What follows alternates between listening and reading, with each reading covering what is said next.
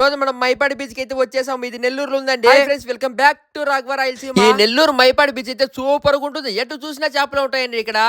ఒకసారి చూడండి, సముద్రం నుంచి చేపలన్నీ మొత్తం కొట్టుకొని వచ్చేసాయి ఒడ్డుకైతే కానీ. చూడండి ఎంత బాగున్నాయి చేపలు అయితే ఇక్కడైతే. మైపాడి బీచ్ నేను ఫస్ట్ టైం రావడం చాలా బాగుంది. ఇదైతే కన్నా నెల్లూరులో ఇంత బాగుంటుంది అనుకోవాలి నేనైతే కన్నా బీచ్. ఇక్కడ చూడండి చేపలు ఎటు చూసినా ఏరుకొని వెళ్ళిపోతున్నారు. ఎండ్రకాయలనే ఉన్నాయి ఎటు చూసినా కానీ.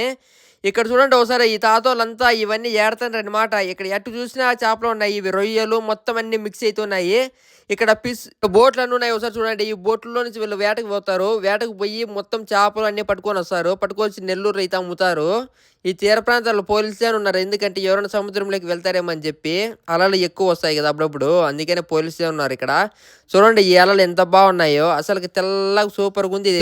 ఖచ్చితంగా ఈ మైపాడు బీచ్ చూడండి, ఎందుకంటే చాలా బాగుంటుంది. ఇదిగన ఎట్టు చూసిన చేపలు మొత్తం అన్ని అయితే ఉంటాయి. ఇక్కడ చేపల వల్ల పడింటే ఈ చేపలన్నీ విడిపిస్తున్నారు వీళ్ళు, ఎందుకంటే అమ్ముకుండేకి ఇవి. వీళ్ళ వృత్తి అదే అనమాట, చేపలు పట్టేది అమ్మేది అనమాట. అందుకని వీళ్ళంతా చేపలన్నీ దాంట్లో క్రేట్లోకి వేసుకొని పోయి టౌన్కి ఎత్తుకొని పోయి అమ్మేస్తారనమాట. వీళ్ళు పాపం చాలా కష్టపడతారండి, ఎందుకంటే సముద్రం లేకపోయి వేటాలంటే చాలా కష్టం అనమాట. ఇక్కడ చూడండి ఎన్ని చేపలు చచ్చిపోయినాయో.